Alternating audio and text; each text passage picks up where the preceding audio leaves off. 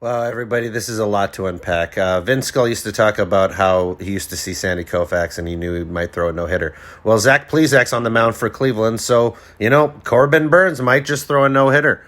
Let's start with this great moment right here. A fan gets a ball, and what does he do? He tracks down a kid, finds the kid, gives him the ball. That's always great. I always try to show that moment as much as I can on my channel. Just one of my favorite moments. But let's get to the point at hand, and that's Corbin Burnes.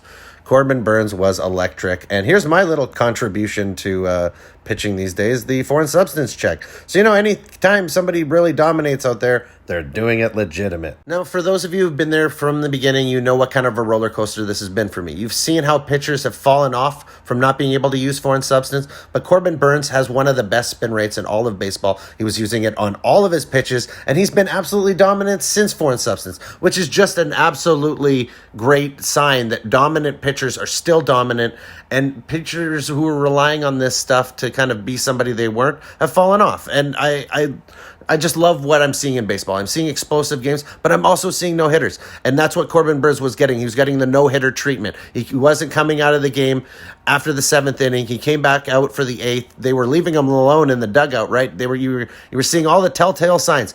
And then finally you got that great outfield moment that you always seem to get in a no-hitter. And that's provided by Lorenzo Cain with this amazing play going into right field from center. What a great play. And it's intact, right? 115 pitches. Corbin Burnes comes out of the game, and we think we're seeing something special. But you know what? Bottom of the ninth comes around, and we cut to the highlight reel. And Corbin Burnes is done at 115 pitches. They're taking him out, saving him for the playoffs. The individual no-hitter with 14 strikeouts and only one walk isn't important. I'm kind of shocked at this. Hader comes out, does what Hader does. You see another amazing play to keep the no-hitter intact. It was great. It was a no-hitter. The second in Brewers history. But the only thing that I could think about was that, Corbin Burnes was this dude who was trying to get a girl. He took her out on dates. He did all the groundwork. He got the parents to like him. And then another guy with long hair at the last moment came in and stole the kiss. I just felt kind of bad. I guess that's the old school baseball fan in me. Milwaukee has their second no-hitter in franchise history.